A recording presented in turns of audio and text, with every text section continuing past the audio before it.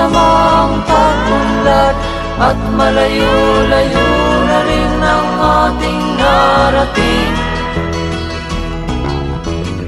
Ngunit masdan mo ang tubig sa dagat, dati kulay asul, ngayon'y naging itim.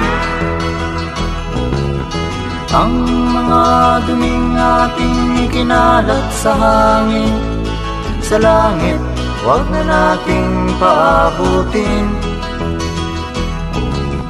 upang kung tayo'y pumanaw man sa sariwang hangin, sa langit natin matitikman.